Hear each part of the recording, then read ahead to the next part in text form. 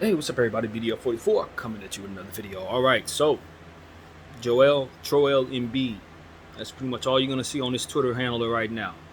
You see the process and his name, and that's it. He's taken all of Philadelphia and a lot of the other stuff that would link him to the Sixers off of his bio. Now, in a lot of cases, this means the player is ready to get the hell up out of the place he's in. In some cases, it means that he wants the franchise to be concerned about that very thing and wants to send a message. I don't know which it is, but this whole situation with James Harden is signaling to Joel Embiid that Philadelphia is ready to waste yet another season of his handling their own business with a player that ain't named Joel Embiid, putting their priorities in a different place than probably what it's best for his career. There's been some news, obviously, since my last video about the conversation, because now we know a lot more about James Harden's statements and where he said them. At the time, it was fresh news. I was up in the wee hours of the morning, and that stuff ran across my timeline in real time at like 4:50 in the morning or something like that. And I came to you guys with the reaction to him basically calling Daryl Morey a liar twice. You know, basically, that's exactly what he did. And it was in China is essentially the new information, and because it was in China, now I have a much more greater understanding of just how much harm James was trying to do there. Because obviously, if you followed Daryl Morey's history, he said some things about China about 4 years back that really did not sit well with a lot of Chinese people. Don't remember what those statements were. I'm not informed on what it is he was talking about, so that's about as much as I'm informed enough to tell you. But he got in some real trouble out there. Daryl Morey did, and now James Harden went to China and said all of these different things about him while there on his summertime Chinese scheduled road trip that a lot of superstar players go on. Kobe used to go on a lot back in the day. So that's not abnormal at all for them to schedule stuff like this at this time of year. But I personally think James Harden and his team, James Harden, I don't know who would schedule his Chinese trip or whatever, but I'm pretty sure they had this circumstance going left in mind. Daryl Morey and James Harden obviously have been reported to be good friends, so I know it ain't too far from James Harden's mind what would hurt Daryl Morey, what ways to push what buttons to kind of damage Daryl's reputation. So I think another aspect of the circumstance that I had to insert into the equation that I didn't in the wee hours of the morning video was the possibility that James Harden was lied to about some things that we know nothing about. I talked with the assumption, and I think I mentioned that, but I'm not sure if I did, with the assumption that a certain scenario, which has been reported, was the truth. Not necessarily with the ambiguity of different things being the case. So as I've had more time to think, I realized, I was speaking as if things were the case. And it may not be, but I think that was deliberate. I just hope that I articulated that in the video. But nevertheless, I speculate. I don't know any of these folks, so I can't be certain what is true and what is not in any situation without any information being funneled to me directly. I just take what I get and I call it tea leaves, and you guys know that. So it is what it is. But Daryl Morey could have very well lied to James Harden about something that had nothing to do with the things that we know about, and if that were the case, it would bring an entirely different conversation at hand that I would not have brought to my channel. So it is what it is, but at the end of the day, my speculation about this being just simply something that is to promote the league, not when you see that he did this in China. I don't think so. I think it's a little too damaging to be toying with. That's what I would say to the league. If you guys want to promote yourselves and promote the league as a whole, I don't think throwing Daryl Morey, one of your GMs, under the bus in a place where it would probably be best not to bring that conversation back up at all, unless y'all ready to take it there, whatever the politics of that would be. I don't think it would be in the best interest to use that conversation and do that, that thing you did to promote the league like normal. You know what I mean? This ain't small. Now, if he does everything that he did in Kansas somewhere, it doesn't hit the same, and that's what I was assuming when I made the video. But he did that in China, where Daryl Morey is not loved right now. That just spoke to just how bad this actually is. So that was worth saying. So with that being said, you have to assume that this is really bad, and with that being said, you have to assume that yet again Joel Embiid is in a situation where they're going to waste his season trying to win this war with another basketball player that they shouldn't have kept as long as they did. And they keep losing these wars. They think that, I mean, I don't know if they consider these wins in regards to the battle with Ben Simmons, bringing back James Harden, but you went through this process. I'm pretty damn certain I said that this would happen when you made, when the rumbling started about them trading Ben Simmons for James Harden. I pretty much told them, you're going to trade Ben and then receive the exact same problem. And that's exactly what this is. I mean, you got the same problem. You got the same problem. How did you make a trade to get a guy who has the same damn problem? And so that's the thing. It was like that trade probably should not have been made. They probably have been better still holding on to Ben Simmons, even though that was probably ill-advised as well. You just don't. You can make a trade for James Harden, but you definitely do not make promises to James Harden upon making the trade to James Harden that you're going to keep him being the level that he's been. That's not the move. I'm not going to do that. Okay? And if I'm making a trade for James Harden, I'm not going to bring him Daryl Morey, right, when I have Joel Embiid to prioritize as a franchise. That was a bad thing from the beginning, as we've said yesterday in the video. So the dream was bad, and now you see how it plays out is exactly what we thought. I mean, Joel Embiid, the only thing left for Joel Embiid to do now is want out of there. The problem with Joel Embiid wanting out of there is what happens when players want out of a place, which is what James Harden's doing, demanding out and tanking his trade value. I'll tell you this. This is what prompted me to really turn on the camera. Joel Embiid taking everything off of Twitter is already a drop in the bucket in regards to them and their leverage with what it is that they have on their team and the cost, the value it's affected by that. Okay? Picture it like this. And we talk about this all the time. So if you guys follow me, I paint this picture often when I speak of trades and what you want not to have happen. A guy like Joel Embiid basically signals to the world that he's not happy with Philadelphia. At the same time, a guy like James Harden is demanding out of Philadelphia. Those are two of your most expensive pieces and important pieces. If the field of people who want to make the trades for those guys know of this information, it does in fact make it so that they don't have to pay price for those players. And what does that do simultaneously? Put you in a position as if you're Philadelphia to not get back the right return for those players. Just the same situation, same time, same problem. You cannot expect to get a good return for those pieces that have made this demand or anything else on in your asset class, because if you try to make side deals, I still understand you have those two problems. So it's going to cost you, because I cannot trade for the rest of what you have. And if I go to somebody else, they don't have those problems. You see what I'm saying? So it affects the price on everything I have, not just the stuff that's demanding out. This is the unspoken truth about the market. And I don't think a lot of the players in the game really actually see that. Or I don't think this conversation is had enough, as it seems, because a lot of times they pull the trigger on these type of trades and put themselves in these situations, or even more so exact. Players put themselves in positions to not be able to move because they demand out. This is what happens to the price tag on them. So it's like, excuse me. This is what I know.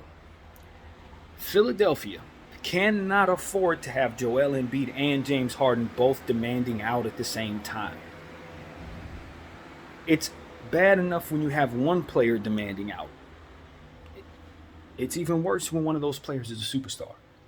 If both of those players are superstars, I'm telling you that you are likely not going to even be able to get a trade off for those guys, because the trades are going to be so ridiculously low in their offer.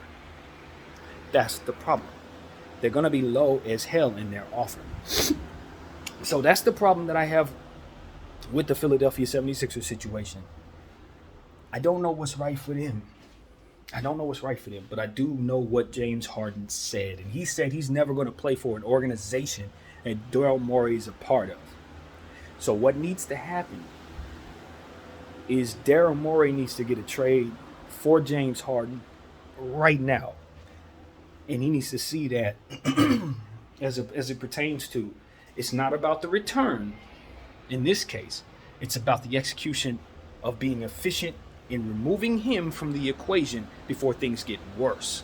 That is what the goal should be. If Daryl Morey's still trying to negotiate the best price for James Harden, he still is not prioritizing things properly. This is just as bad as last year in regards to putting all this together. It's not about getting the best return for James at all, because if this continues to go in the direction it is, you're not going to be able to get a return for James at all, and then Joel's going to demand out, and you're not going to be able to make a move of any kind, and your asset class is going to drop probably by more than 50% in value.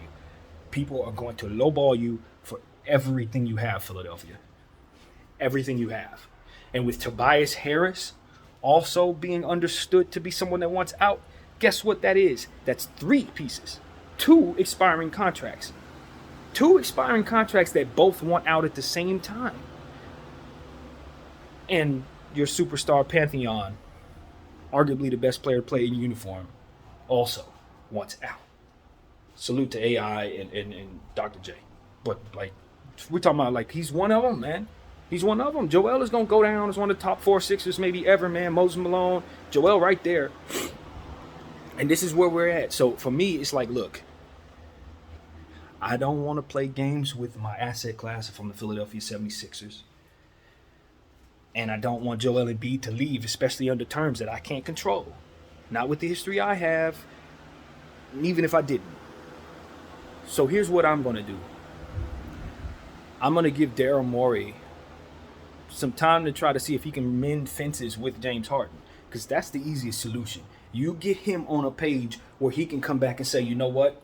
I was in my feelings, but at the end of the day, the world knows me and Daryl Morey have a love-hate relationship right now, and things just did not go my way. We've had a conversation, and I want to retract my statements about him being a liar, such and such and such and such, whatever truth will come out of his mouth. That's what they need Daryl to have happen now. You need James Harden to recant what he said about you and then say he's going to come to camp. And if your friendship with James Harden is not the absolute priority right now, then the next couple of things you're going to do is going to back you into the corner where the best opportunity the Philadelphia Sixers have to get out of that corner is to fire you. That's what that's what this is coming down to. That's what prompted me to speak. As a person who prides himself on reading the market, the only way I see this working out for the asset class of the Philadelphia 76ers is one of those 2 things has to happen. Either James Harden and Daryl Morey play nice and James Harden recants all that stuff so they can get everybody's price tag back to where it needs to be, and Joel Embiid can put all that stuff back on his Twitter bio, or you need to fire the ownership of the Philadelphia 76ers need to replace Daryl Morey. They need to replace him. Because what that does, it takes the trade demand off the table from James Harden, because James Harden said he ain't going to play for nobody that Daryl Morey's a part of. He didn't say he'd leave the Sixers. He said he's going to leave Daryl Morey. And if Daryl Morey's attached to the Sixers, he's leaving the Sixers. So Daryl Morey's the one who had to go. And then my asset class, with another GM that I'm going to hire, is going to be reset to a price tag that we can manage. We can manage that. But if Joel Embiid demands out, his value plummets so long as he's a Philadelphia 76er. Now, once he goes somewhere else, he's back to being Joel Embiid. But as long as people know he wants out, I ain't going to give you cost for him. I ain't going to give you cost for anything. Not even the MVP. You're going to take this salary match and maybe a first round pick swap, and that's going to be it. As to which a Joel Embiid's supposed to get you he's supposed to get you to return like AD did.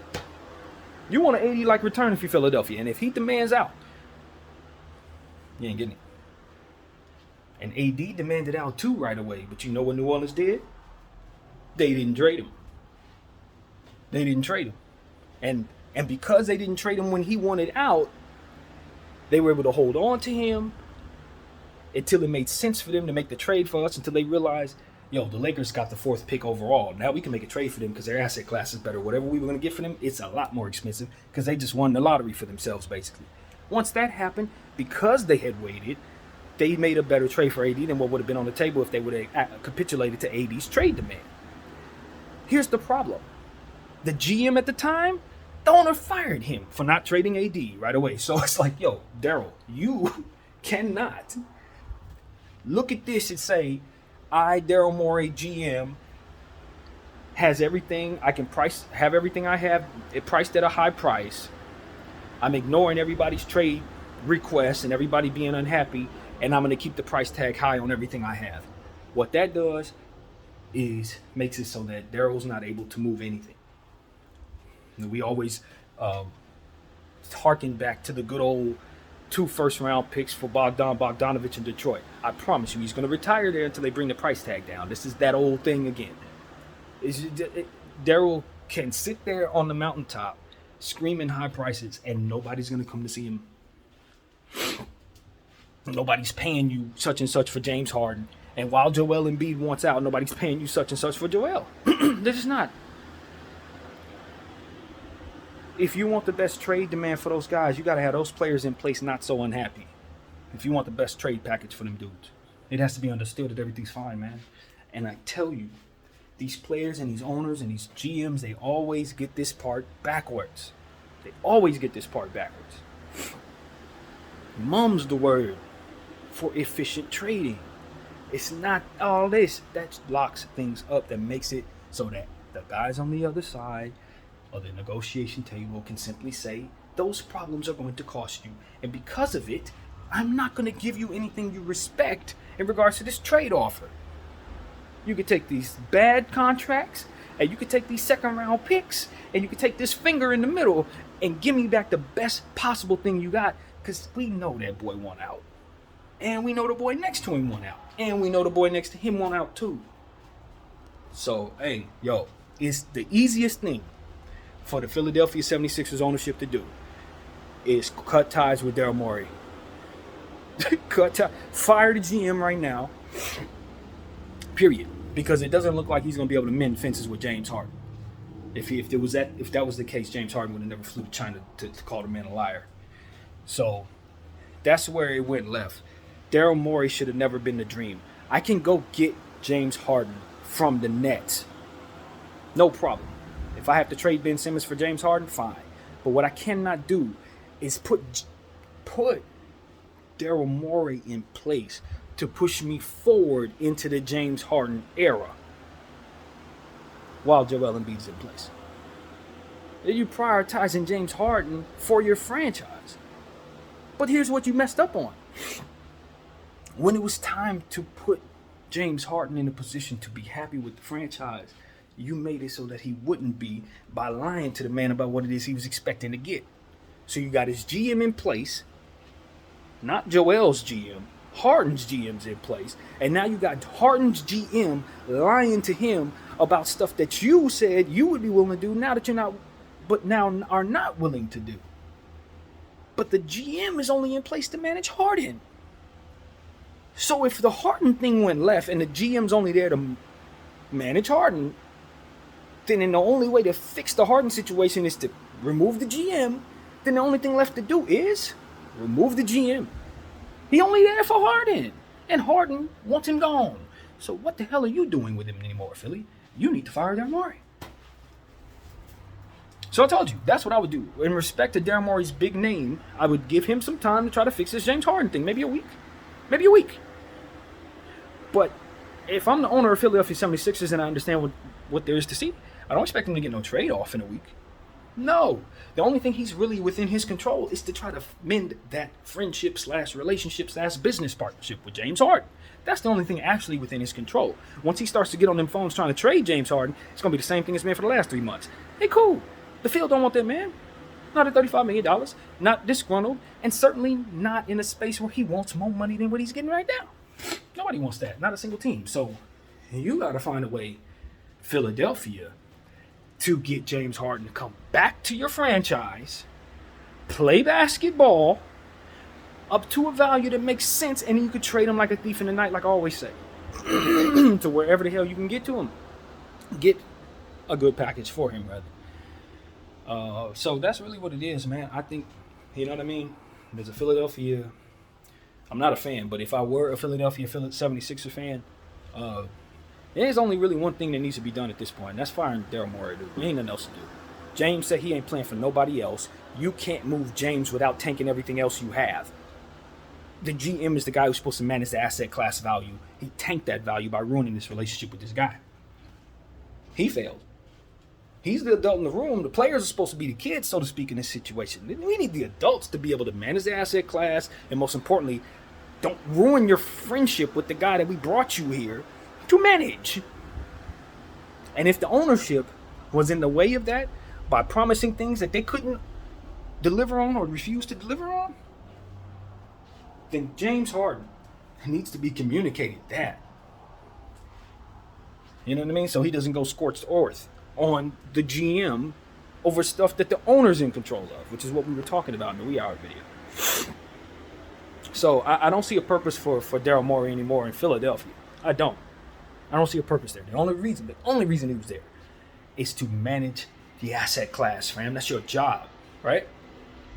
Manage the asset class. When it's time to make trades, we should be able to do that because we got you. How are you directly a deterrent to everything we're trying to do, Daryl Morey? How is it that your best friend now hates you and wants out? His value's crap. Our best player that we prioritize second for some reason, he's unhappy. The dude that we have on expiring contract that we've been holding on to inexplicably instead of Jimmy Butler, he want the hell out. You see what I'm saying? So, because everybody knows that, you ain't gonna get no good trade for any of them dudes. So what you gotta do is turn the environment itself into somewhere they don't want to leave anymore. And you can't do that because you can't trade anybody. And those are the three guys you have to trade in order to change the culture. And that's what I'm saying. It's like your three most expensive pieces, the stuff that's most desirable to receive in trade from Philly, is the stuff that's being tanked by the situation. It's the stuff they managed to find disgruntled in their uniform. So you can go around trying to offer up the other stuff. Maybe you get a good trade for Tyrese Maxey, the only guy on your team that doesn't want to leave. Maybe you can trade him because you can get the right price for him. But of course, if you're Philadelphia, you don't want to do that for good reasons. And you know, so it's like, I'm telling you, the cheapest, most effective thing for the Philadelphia ownership to do is to part ways with that GM. Part ways with him, because you bring in another GM, even if he's not as good as Daryl Morey, at least what it is that he's working with isn't dropped to a value that can't be moved with at all. As long as Daryl Morey's in control of the asset class, essentially that's going to be the deterrent for the price tag being where it needs to be.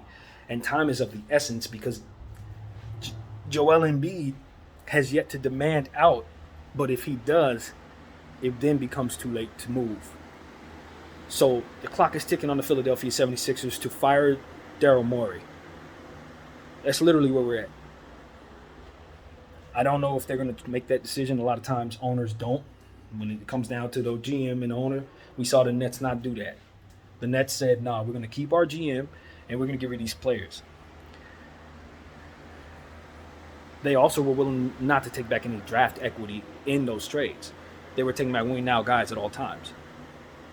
Some could argue that wasn't the best way to go, even though I really like Mikal Bridges and Cam Johnson. They could have got a better trade for KD if he didn't demand out. And if they would have fired the GM, Sean Marks, and brought in somebody else, they probably would have kept all three of those stars. Or at least got a better trade for them. Just being real. So I don't know if that translates to that being what their reality would have been. But I know all the three of them guys are gone now. They got back win now. No draft equity, no pick equity in the future. Got back win now talent. And they're a middle of the pack team. Going nowhere very fast. So Philadelphia can do that. I don't know if they even get the return that Philly got based on the circumstances they're dealing with. I mean, the Nets got. I don't think the Philly gets the same return for their stuff that the Nets got for their stuff. I don't know what they do. And top it off, one of the stuffs is James Harden. So James Harden yet again in the mix with this situation similar to this. And I just say to you, if I'm a new team that's supposed to be taking on James Harden, I need to know what the field actually expects for me to give up in regards to him. Daryl Morey, and that's another thing I say to the Philadelphia ownership. Who wants this problem? Who wants this? Everything we just got to talking about for the last 25 minutes. And now I'm supposed to turn to James Harden and bring in my situation? Nah. That's what I was saying yesterday. I don't think I was able to mention that on the camera, but as a Laker fan, I don't want the Lakers to go after James Harden. Maybe I did say that actually for D'Lo Russell or whatever. I would not trade D'Lo Russell for James Harden. I wouldn't trade Rui for none of that. No, I'm not doing that. Why? Because James Harden's going to give me these problems. And none of the best stuff when the playoffs come around. You know what I'm saying? And so that's really what it is. But it's like, I also don't expect the Lakers to then turn their attention to James Harden and prioritize him over AD and Bron. And then bring him Daryl Morey. And it's like, and lie to the man about what it is they want to pay him. Let the whole world know that price tag is crazy. So people like myself can get on TV, on camera, and bash them for being willing to pay him that. And bash Houston too, because that Houston situation is what really went left. I think he assumed that his solution, if all this happened, he'd just go back to Houston. Maybe that was what Daryl Morey told him he'd probably be able to do. Maybe that was the lie. Maybe Daryl told him, yo, we still got connections in Houston. I talked to Tillman. Tillman want to give you your money. So even if you don't get it here, you get it there. If that's the lie. If that was the lie, and we don't know about it, then that could explain a lot. Because that's really where things went wrong for James Harden. His market dried up. So even if they wanted to apply this little lie and not pay this man, what he didn't expect is that Tillman Fertitta would say, nah, we cool. We're going to get that money to Fred VanVleet and Dillon Brooks. I know he didn't expect that. And so I don't think there is any reason for him to get on here and say Daryl's a liar if Tillman comes through and pays him the money he wants there. But since that, for which is outside of Daryl Morey's control, did not happen, he's giving Daryl Morey hell. And that is a tea leaf that tells me this might have been the lie that Daryl Morey told. Because why else would you really be mad at Daryl Morey? So that's my thing. I just think that there may be some more to the story that made James Harden go scorched earth. And that's really where I'm at with that, man. I just hope everybody in Philadelphia is prepared for things to get worse before they get better, because you don't have the greatest priority alignment there, it seems. And you guys have made bad decisions, and it look like you guys are going to make more bad decisions. It's going to keep y'all bad for a long time.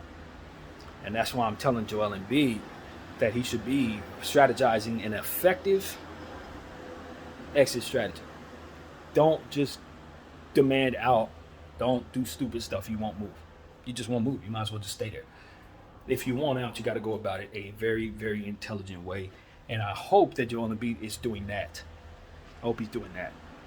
If he wants to leave, and if he doesn't want to leave, then he could set the place on fire and demand to get things better. But I don't think their priorities have ever been to fear you leaving. Because if it were, they would have never did any of this stupid crap.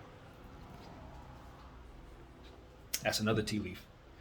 I don't think they fear Joel leaving like they should. I think they think Joel is always going to stay and bluff. And that's why they would dare prioritize Daryl Morey and James Harden over Joel. It isn't because they actually do so. It's just because they can write Joel off as loyal and will stay here and be a sucker for them. That's why they were able to do that. Another reason why he needs to leave there. Another very, very good reason why he needs to skedaddle out of Philly as soon as possible. So I don't think he should demand a trade. I think he should go about it the way that he is. Hint, hint, hint. Taking stuff off the bio. Maybe I'm not going to show up for Philadelphia event or something. Maybe I'm going to get sick on the next event. You guys are going to know exactly how unhappy I am. You know what I mean? I don't think it serves Joel Embiid any purpose right now to go to Daryl Morey behind the scenes or in public and demand a trade. I don't think so. With what Daryl got on his plate, he's not going to trade you. You know what I mean? Conversation probably won't go over well. He's got too much going on. All that does, again, is lock up the market. All that does is make it more murky for Daryl to get anything done, which is why I'm telling you that Daryl may be how do you say this? A broken cog in the machine at this point. You can't function without the price tags being proper. And he can posture all he wants on those price tags, but like I said earlier, sitting on the mountaintop, screaming a price tag, nobody coming around. So that's what you don't want. You don't want your GM to be the deterrent to the things that you have being moved, because otherwise they don't have no purpose. You're just paying their salary as they sit there looking at it stuff. Can't move it. So that's why I moved Daryl Morey, because he's no longer Daryl Morey. He is GM that can't move anything because of the specifics of the circumstance. So I fire that GM and I bring myself someone who can move those things. And that's it. That's it. So that's what I'm telling y'all, man. Daryl Morey, if I'm the owner, he got about 5 days to get James Harden to recant those statements. You got 5 days to get those statements out of here. If that man don't come back around in 5 days and tell me that he's willing to play for me in training camp and that he's not going to demand a trade, tell the world, rather, because that's the most important part of it. You cut out there and you fix your trade price, James. If you can't do that, I'm firing the GM. I'm firing the GM. And that's not a threat to James. That's just what has to happen. So I'm telling y'all, if Joel Embiid comes out and tells the world that he wants out, that's going to mess up Philadelphia's trade value pieces, everything that they have, in one of the worst ways imaginable.